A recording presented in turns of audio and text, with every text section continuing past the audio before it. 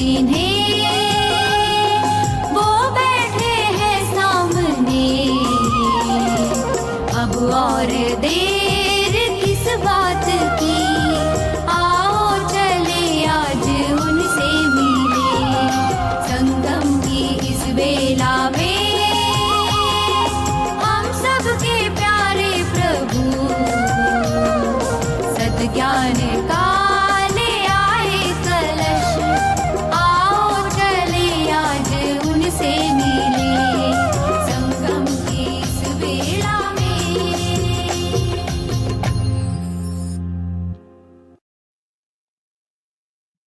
ओम शांति। मन को शांत करके जब गहराई से अंतर्मुखी होकर हम बाबा की याद में बैठते हैं तो आसपास की आवाज़ें, यहाँ तक कि टिक टिक करती घड़ी और हमारे अंदर शरीर के भीतर श्वासों का आना और जाना भी स्पष्ट सुनाई देता है। और ऐसा महसूस होता है जैसे कह रहा हो कि वक्त कम है और हमें पुरुषार्थ की गति को तीव्र करने की ज़रूरत है।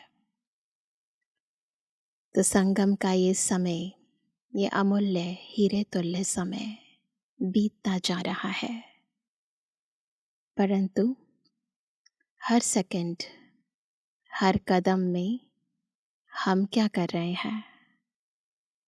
कमा रहे हैं या गंवा रहे हैं? ये हमें गहराई से चेक करने की ज़रूरत है, क्योंकि संगम युग का समय, संकल्प, श्वास हमें पद्मों की कमाई कराने वाला है।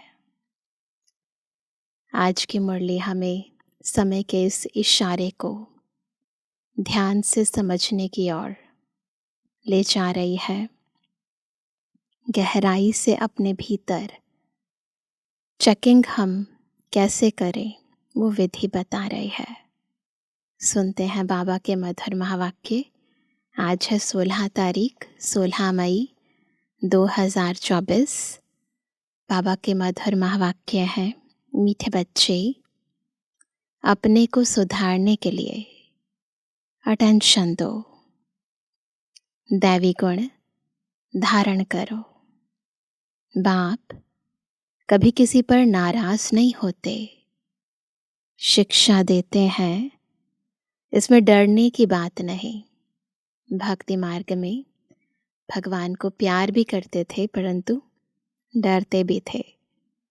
परंतु जब पता चल गया कि वो ईश्वर, वो खुदा, वो भगवान मेरा बाबा है, तो डरने की बात नहीं है। बस जो बाबा कहे, जो परम शिक्षक कहे, उनकी शिक्षाओं पर, उनकी आज्ञाओं पर चलने की ज़रूरत है। प्रश्न है, बच्चों को कौन सी एक स्मृति रहे तो टाइम वेस्ट ना करें। खुद को हम परख सकते हैं कि हम कितना पूरे दिन के अंदर अपने समय को वेस्ट करते हैं या बेस्ट बनाते हैं। परंतु एक स्मृति ऐसी है जो सदा रहे, तो ये जो टाइम वेस्ट हो जाता है जाने अनजाने, वो ना हो। कौन सी है वो स्मृति? उत्तर है, यह संगम का समय है। बहुत ऊंची लॉटरी मिली है। बाप हमें हीरे जैसा देवता बना रहे हैं। यह स्मृति रहे तो कभी भी टाइम वेस्ट ना करें। यह नॉलेज सोर्स ऑफ इनकम है, इसलिए पढ़ाई कभी मिस ना हो। माया देह अभिमान में लाने की कोशिश करेगी, लेकिन तुम्हारा डायरेक्ट बाप से योग हो तो समय सफल हो जाएगा। जैसे ही योग टूटता है माया अपना बनाने की कोशिश करने लगती है। अगर बाबा के साथ लिंक जुटा हुआ हो तो माया, है ना, ये जो मौका लेती है वो ले ना पाए। बिजी है ना, इंसान बिजी होता है तो कोई फ़ोन भी करता है, अचानक आ भी जाता तो कहते नहीं अभी नहीं, टाइम नहीं है। तो माया भी आने की कोशिश करती है, परंतु मन बुद्धि पापा की याद में है, तो माया को कोई मौका नहीं मिलता। ओम शांति।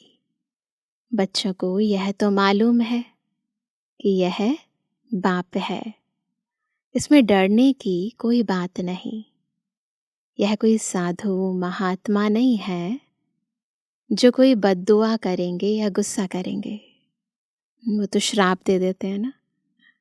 उन गुरुओं आदि में तो बहुत क्रोध होता है, तो उनसे मनुष्य डरते हैं, कहाँ श्राप ना दे देवे। यहाँ तो ऐसी कोई बात नहीं। बच्चों को कभी डरने की बात नहीं। बाप से डरते वह है। कौन डरते हैं? लौकिक में भी कई लोग अपने पापा से डरते हैं ना। तो बाप से डरते वह है जो खुद चंचल होते हैं। वह लौकिक बाप तो गुस्सा भी करते हैं। यहाँ तो बाप कभी गुस्सा आदि नहीं करते, गुस्सा नहीं करते, परंतु शिक्षा ज़रूर देते हैं, क्योंकि बाप है ना, तो हमारा हित चाहेंगे ना, है ना। ये नहीं चाहेंगे बच्चों का नुकसान हो जाए। तो बाबा कहते समझाते हैं, अगर बाप को याद नहीं करेंगे तो विकर्म विनाश नहीं होंगे, अपना ही जन्म जन्मांतर के लिए नुकसान करेंगे। बाप तो समझा नहीं देते हैं, आगे के लिए सुधर जाए। बाकी ऐसे नहीं कि बाप नाराज होते हैं। बाप तो समझाते रहते हैं, बच्चे अपने को सुधारने के लिए याद की यात्रा पर अटेंशन दो। बार बार बाबा हमारा अटेंशन याद की यात्रा पर खिंचवाते हैं। साथ साथ दूसरी बात क्या करना है, चक्र को बुद्धि में रखो, दैवी गुण धारण करो। क्या क्या करना है? याद की यात्रा में रहना है, चक्र बुद्धि में रखना है, दैवी गुण धारण करने हैं। याद है मुख्य है। बाकी सृष्टि चक्र की नॉलेज तो बहुत सिंपल है, वह है source of income. Knowledge is source of income. परंतु उनके साथ, ठीक है, ज्ञान हो गया, परंतु साथ साथ और क्या चाहिए? दैवी गुण भी धारण करने हैं। इस समय है बिल्कुल आसुरी गुण। छोटे बच्चों में भी आसुरी गुण होते हैं, लेकिन उन्हों को मारना बिल्कुल नहीं है। क्यों? उन्हें मारेंगे तो वो क्या सीखेंगे? मारना ही सीख जाएंगे ना। तो हम जो करते हैं उनको अनेक लोग फॉलो करते हैं। खास तौर पर माँ बाप जो कर्म करते हैं उसका पूरा प्रभाव बच्चों पर पड़ता है। इसलिए बाबा कहते हैं मारना नहीं है। तो बाबा कहते हैं उनको मारना बिल्कुल नहीं है, और ही सीखते हैं। वहाँ सतयुग में तो सीखना नहीं होता है, यहाँ तो माँ बाप से बच्चे सब सीखते हैं। बाबा गरीबों की बात करते हैं। साहूकारों के लिए तो यहाँ जैसे स्वर्ग है। उनको ज्ञान की दरकार नहीं, उन्हें ज़रूरत नहीं है। वो कहते हैं कि हमें नॉलेज की ज़रूरत नहीं है, हमारे पास बहुत पैसे हैं। यह तो पढ़ाई है, टीचर चाहिए जो सिखावे सुधारे। तो बाप गरीबों की बात करते हैं, जो स्वीकार करते हैं ना कि हाँ हमें ज़रूरत है इस ज्ञान की। तो वो लोग वास्तविकता में समझते हैं मेरे अंदर सुख की, शांति की, आनंद की, प्रेम की कमी है।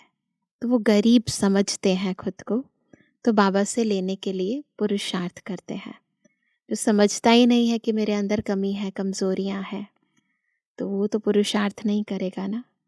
तो बाबा गरीबों की बात करते हैं, कैसी हालत है, कैसे कैसे बच्चे खराब होते हैं, माँ बाप को सब देखते रहते हैं, फिर छोटेपन में ही सब खराब हो जाते हैं। यह रूहानी बाप कहते हैं, बाबा क्या कहते हैं, मैं भी गरीब निवाज हूँ, समझाता हूँ। देखो इस दुनिया में मनुष्यों की क्या हालत है। तमो प्रधान दुनिया है, तमो प्रधान की भी कोई हद होती है ना। तमो प्रधान के भी कोई एक लिमिट होगी ना, कितना तमो प्रधान होंगे, है ना। बिल्कुल 1250 वर्ष तो कलयुग को हुए, एक दिन भी कम जास्ती नहीं। दुनिया जब पूरी तमो प्रधान हुई तब बाप को आना पड़ा। बाप कहते हैं मैं ड्रामा अनुसार बंधाईमान हूँ, आने के लिए बाबा बंधे हुए हैं, मुझे आना ही पड़ता है। शुरू में कितने गरीब आए, साहूकार भी आए, दोनों इकट्ठे बैठते थे। बड़े बड़े घर की बच्चियां भागी, कुछ भी ले नहीं आई, है ना। शुरू में यज्ञ के अंदर हमारी दादियां अच्छे अच्छे घरों से थी ना, तो सब कुछ छोड़कर बाबा के पास आ गई। कितना हंगामा हो गया। ड्रामा में जो होने का था वह हो गया, ख्याल भी नहीं था ऐसे होगा। ब्रह्मा बाबा ने शायद अपनी जिंदगी में कभी सोचा भी नहीं होगा कि ऐसा भी होगा। बाबा खुद वंडर खाता था, क्या हो रहा है। इन्हों की हिस्ट्री बड़ी वंडरफुल है, यज्ञ की हिस्ट्री बहुत ही वंडरफुल है। यह भी ड्रामा में नोंद है। बाबा ने सबको कह दिया चिट्ठी लिखाकर ले आओ, हम ज्ञान अमृत पीने जाते हैं। फिर उन्हों के पति लोग विलायत से आ गए, है ना। जब वो विलायत में थे पीछे से उनके युगल जो है वो ज्ञान में चल पड़े। फिर जब वो लौट कर आए तो कितना हंगामा हुआ। वह बोले विष दो, यह कहे हमने ज्ञान अमृत पिया है, विष कैसे दे सकते। इस पर इन्हों का एक गीत भी है। तो उस समय जैसे दुख के अंदर, सुख के अंदर भी गीत लिखते हैं तो दुख के अंदर भी गीत लिखते हैं। इसको कहते हैं चरित्र, जो दिखाते हैं भागवत के अंदर गोप गोपियों के चरित्र। वास्तव में ये है सच्चे गोप गोपियों के चरित्र। शास्त्रों में फिर श्री कृष्ण के चरित्र लिख दिए हैं।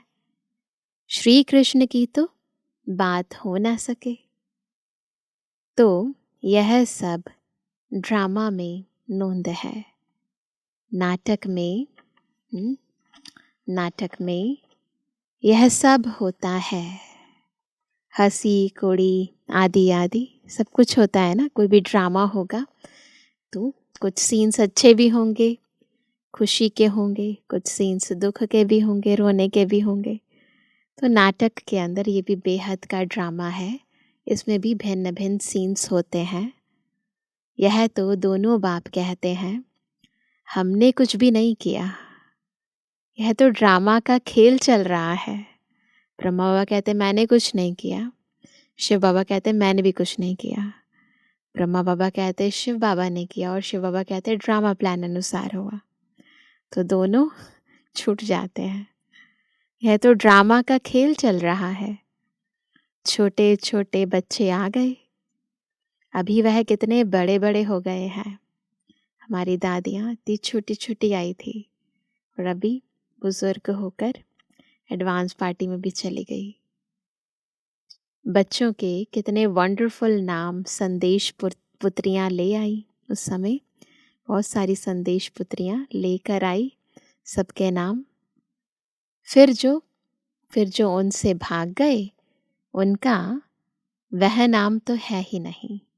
जो भाग गए, जो चले गए छोड़कर, फिर वो वाला नाम तो नहीं रहा ना, फिर पुराना नाम शुरू हो गया। संगम युग से फिर से कलयुग में चले गए, तो फिर से कलयुगी नाम शुरू हो गए, तो वो वाले नाम तो चले नहीं ना। इसलिए ब्राह्मणों की माला होती नहीं। तुम्हारे पास कुछ भी नहीं है। पहले माला फेरते थे, भक्ति में हम सभी भी माला फेरते थे। अभी तुम माला के दाने बनते हो, जिसका सिमरण करते थे। अभी हम वही सिमरणी के मन के बन रहे हैं। वहाँ भक्ति होती नहीं।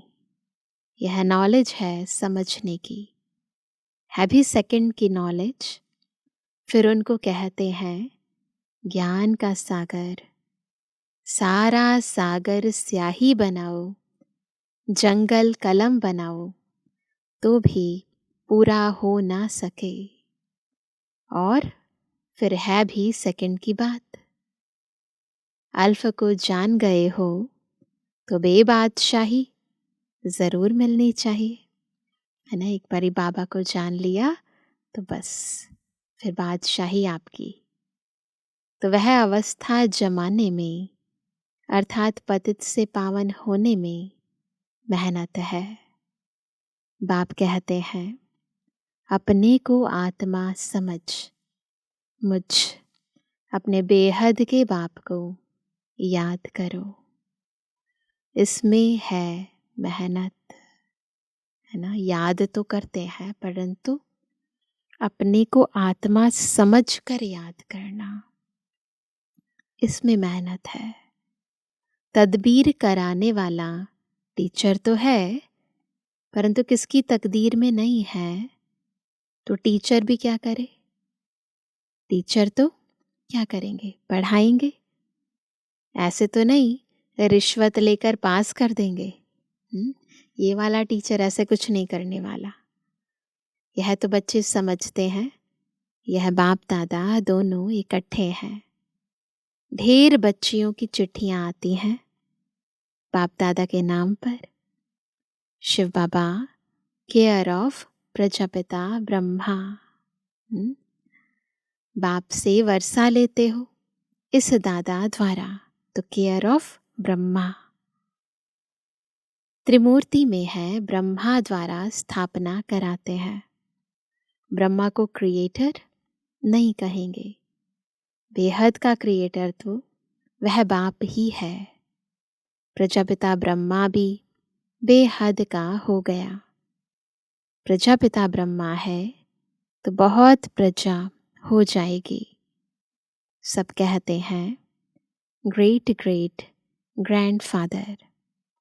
शिव बाबा को ग्रेट ग्रेट ग्रैंडफादर नहीं कहेंगे, ब्रह्मा बाबा को कहेंगे ग्रेट ग्रेट ग्रैंडफादर, है ना। प्रजापिता ब्रह्मा है ना, सर्व मनुष्य आत्माओं का आदि पिता है ना, तो वो ग्रेट ग्रेट ग्रैंडफादर है। शिव बाबा नहीं है, वह तो सभी आत्माओं का बाप हो गया। डायरेक्ट पिता और बच्चे का संबंध है आत्मा और परमात्मा का। आत्माएं सभी भाई भाई हैं। फिर देह में आते हैं तो फिर बहन भाई होते हैं। बेहद के सिजरे का हेड प्रजापिता ब्रह्मा हो गया। जैसे बिरादरी का सिजरा होता है ना, इस बिरादरी के हैं, इस बिरादरी के हैं, तो उनका भी एक सिजरा होता है। यह है बेहद का सिजरा। आदम और बीबी, एडम और ईव, किसको कहते हैं, ये जो बताते हैं, है ना। आदि मानव, एडम ईव, आदि देव आदि देवी, आदम हवा, है ना।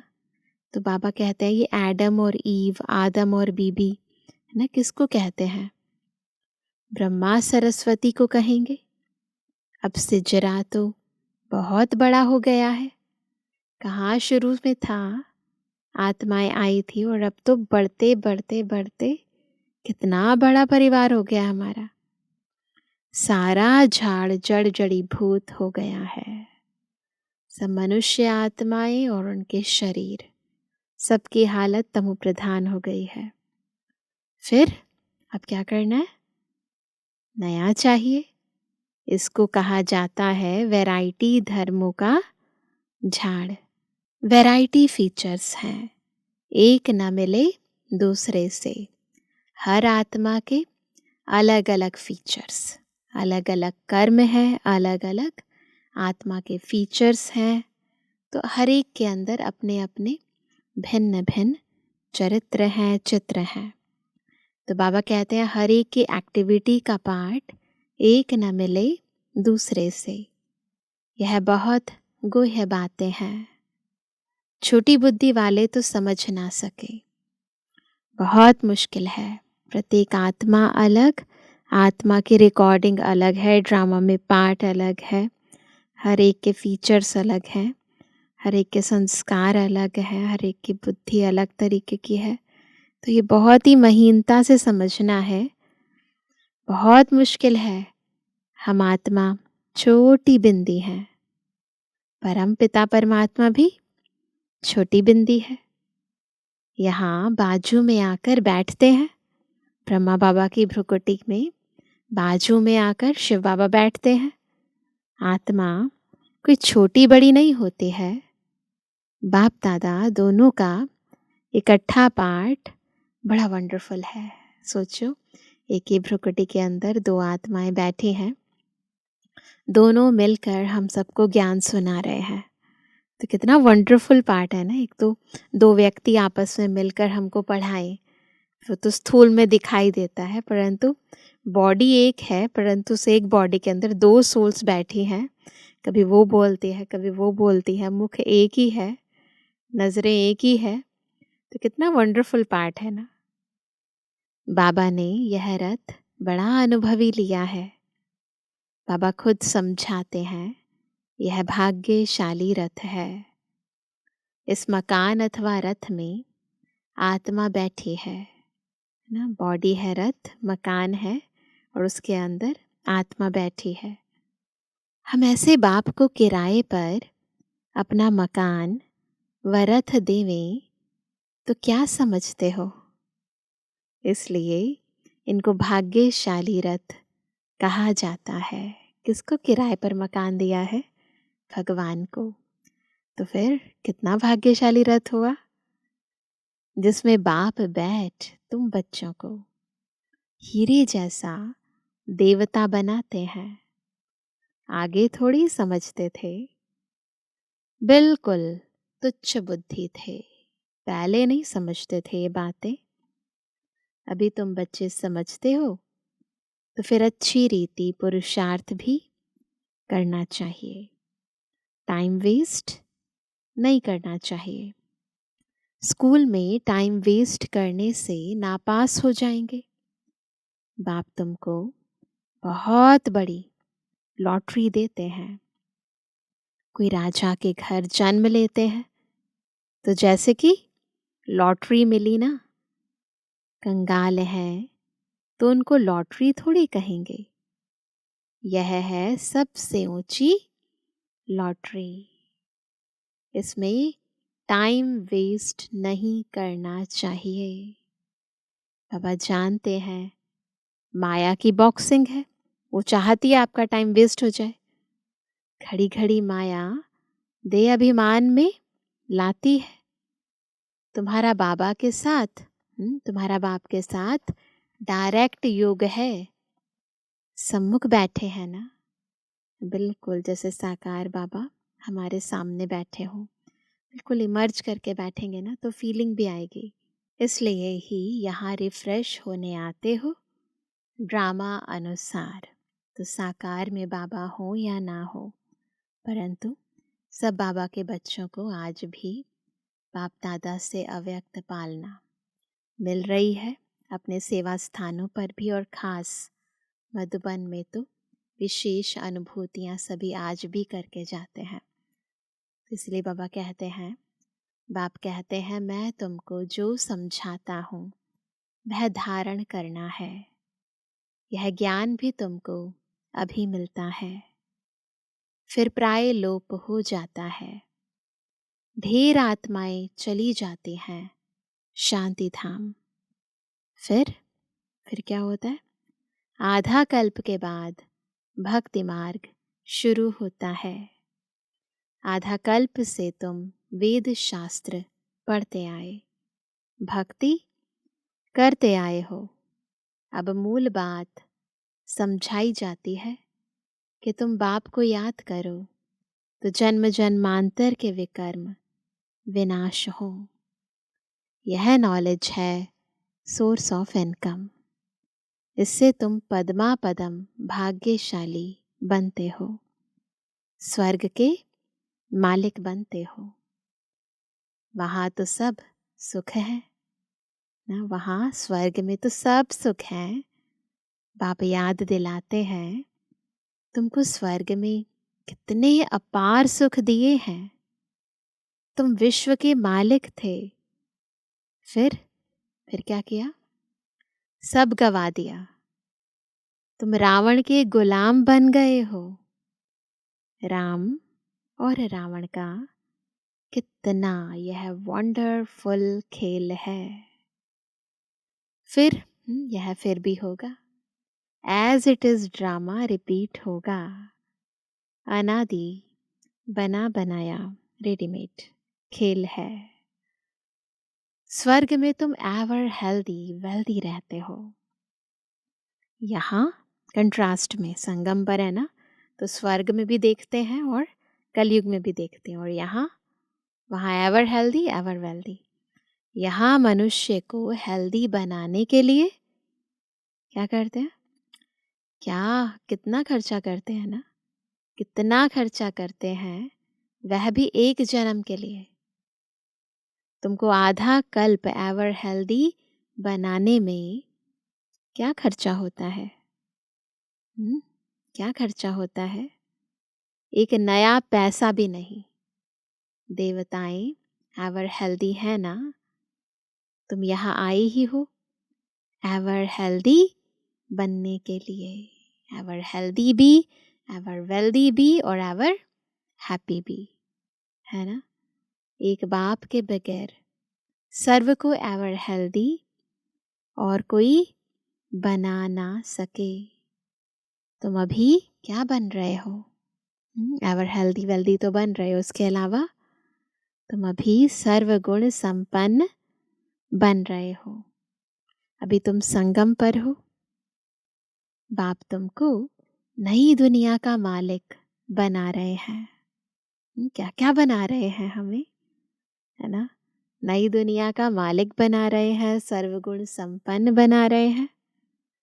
ड्रामा प्लान अनुसार जब तक ब्राह्मण ना बने तब तक देवता बन ना सके। तो पहले पूरा ब्राह्मण बनना है, ब्रह्मचारी भी और ब्रह्माचारी भी।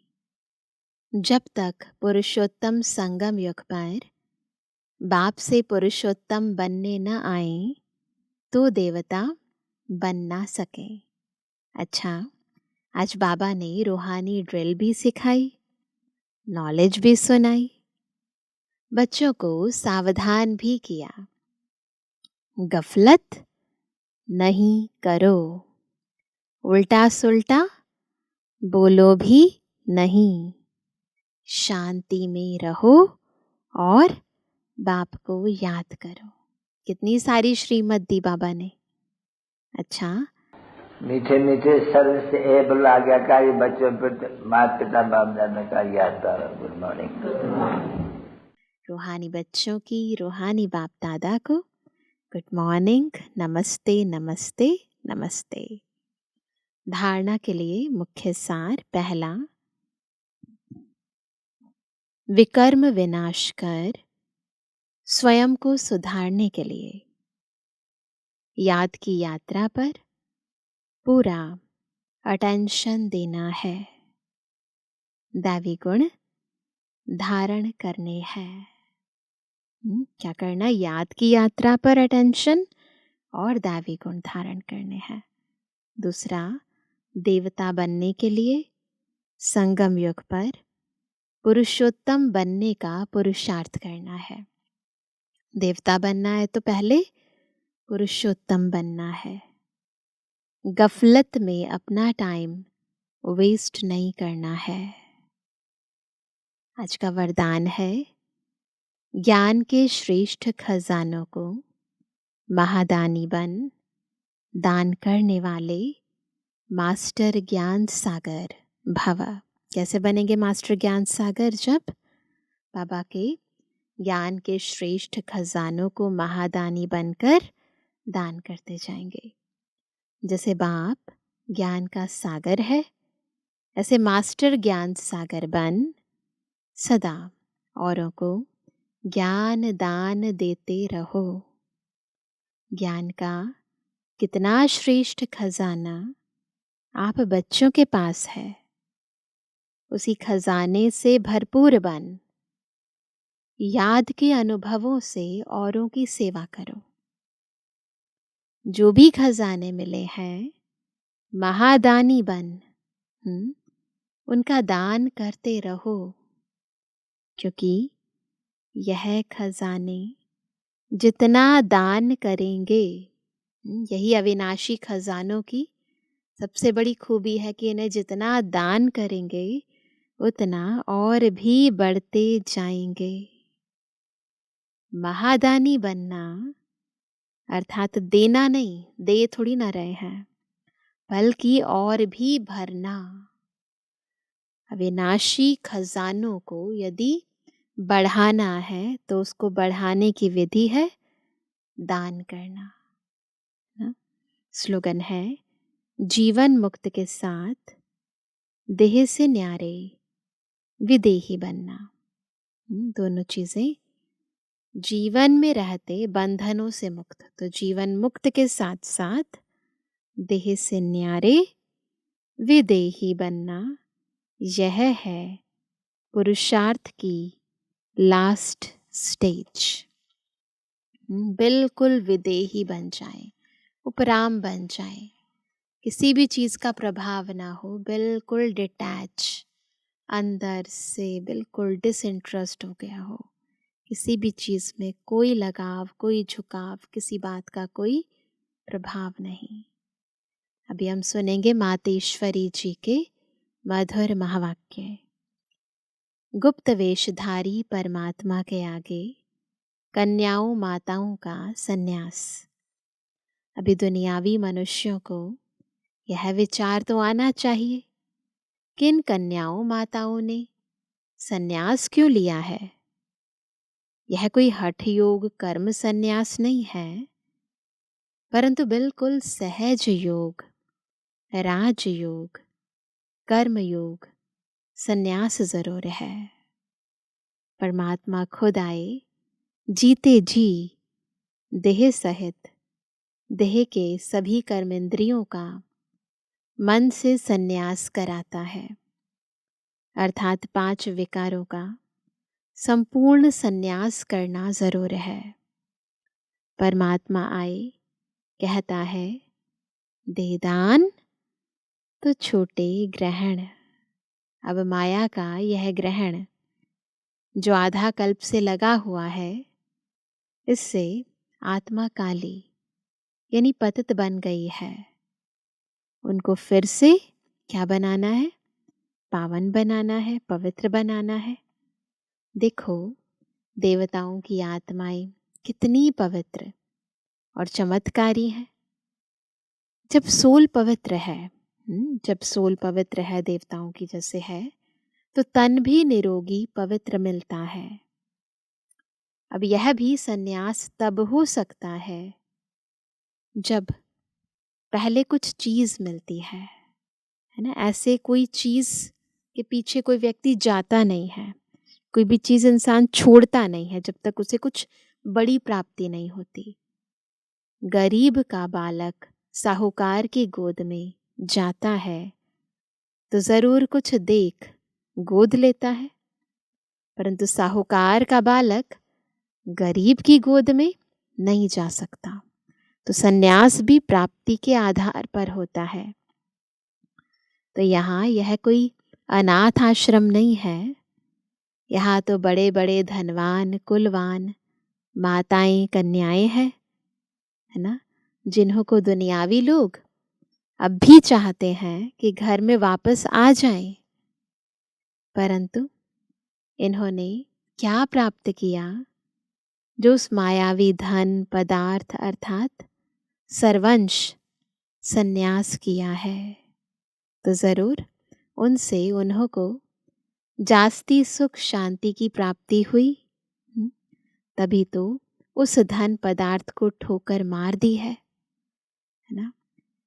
तो हमारी दादियों को कितना गहरा अनुभव हुआ होगा जो उन्होंने अपने सारे संबंधियों को छोड़ दिया। सोच सकते हैं कितनी अविनाशी प्राप्तियां जब खुद परमात्मा डायरेक्ट आकर कराते हैं, तो उन प्राप्तियों के समक्ष दुनियावी चीजें कौड़ी तुल्य नजर आने लगती है।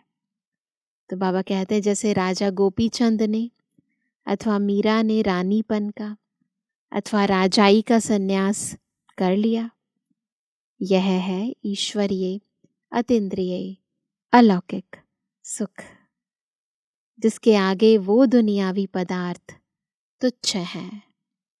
उन्हों को यह पता है कि इस मरजीवा बनने से हम जन्म जन्मांतर के लिए अमरपुरी की बादशाही प्राप्त कर रहे हैं, तभी भविष्य बनाने का पुरुषार्थ कर रहे हैं। तो ज्ञान के आधार पर संन्यास किया है। परमात्मा का बनना माना परमात्मा का हो जाना, सब कुछ उसको अर्पण कर देना, फिर वो रिटर्न में अविनाशी पद दे देता है। तो यह मनोकामना परमात्मा ही आकर इस संगम समय पूर्ण करता है, क्योंकि अपन जानते हैं कि विनाश ज्वाला में तन मन धन सहित सब भस्मीभूत हो ही जाएगा। तो क्यों ना परमात्मा अर्थ सफल करे। अब यह राज भी समझना है कि जब सब विनाश होना है तो हम भी लेकर क्या करें, है ना। दूसरों को सिखाएं परंतु खुद भी अंदर से डिटैच रहें। हमको कोई सन्यासियों के मुआफिक, है ना, मंडलेश्वर के मुआफिक यहाँ महल बनाए नहीं बैठना है, परंतु ईश्वर अर्थ बीज बोने से वहाँ भविष्य जन्म जन्मांतर इनका बन जाना है। यह है गुप्त राज। प्रभु तो दाता है, एक देवे सो पावे, परंतु इस ज्ञान में पहले सहन करना पड़ता है। जितना सहन करेंगे उतना अंत में प्रभाव निकलेगा। इसलिए अभी से लेकर पुरुषार्थ करो। अच्छा, ओम शांति। तो आज हम सभी विशेष क्या होमवर्क करेंगे? तो बाबा ने आज विशेष याद की यात्रा पर हमारा ध्यान खिंचवाया। हमें याद की यात्रा करना है, देह को छोड़कर अपने को आत्मा निश्चय करके बाबा की याद में, और फिर 1 सेकंड के अंदर निराकारी, फिर 1 सेकंड के अंदर सतयुगी, फिर ब्राह्मण। ब्राह्मण में भी अपने संपूर्ण ब्राह्मण स्वरूप को देखना है, वो वाला स्वरूप जिसमें हम ब्रह्मचारी तो हैं ही, संपूर्ण देह से पवित्र तो हैं ही, परंतु हम ब्रह्माचारी भी हैं, यानी ब्रह्मा बाबा के कदम पर कदम रखने वाले, मनसा वाचा कर्मणा दृष्टि वृत्ति स्मृति की पवित्रता धारण करने वाले भी हैं। तो ऐसी ड्रिल सारा दिन में हम करते रहेंगे और अपने निजी स्वरूप में स्थित होकर बाबा की याद से हर कर्म भी करते रहेंगे। अच्छा, ओम शांति।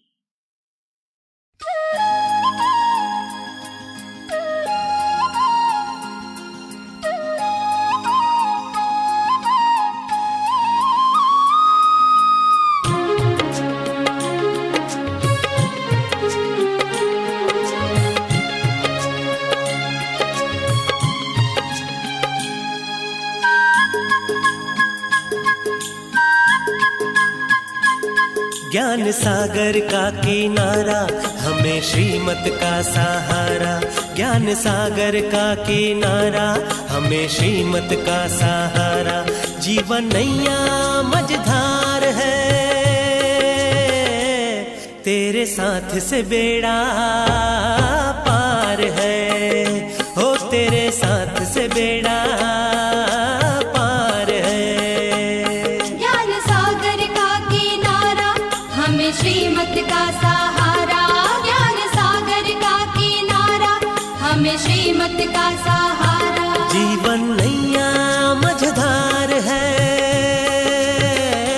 तेरे साथ से बेड़ा पार है, हो तेरे साथ से बेड़ा पार है।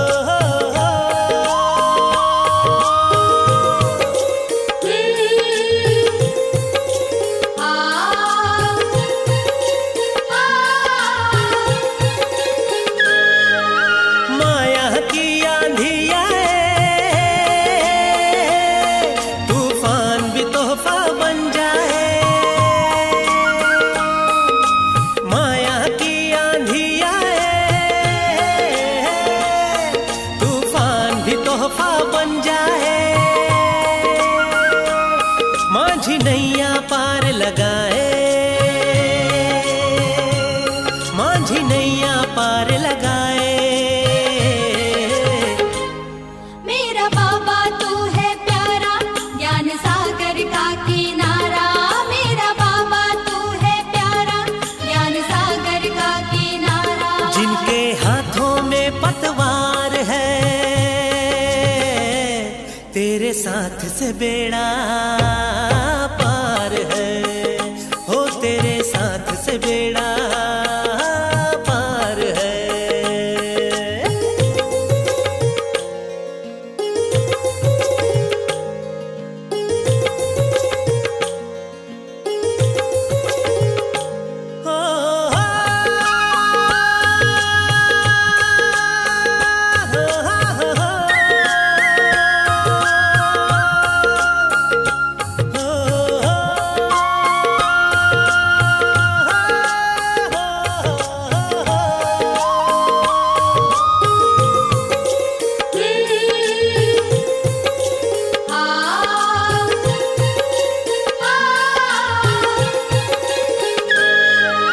साहस को जो साथी बनाए, उसे स्वयं मदद मिल जाए। साहस को साथी बनाए, उसे स्वयं मदद मिल जाए। जीवन कमल खिल जाए, जीवन कमल खिल जाए। मेरा बाबा तू है प्यारा, ज्ञान सागर का किनारा। मेरा बाबा तू है प्यारा, ज्ञान सागर का किनारा। जीवन में आए बहार है, तेरे साथ से बेड़ा पार है, ओ तेरे साथ से बेड़ा पार है।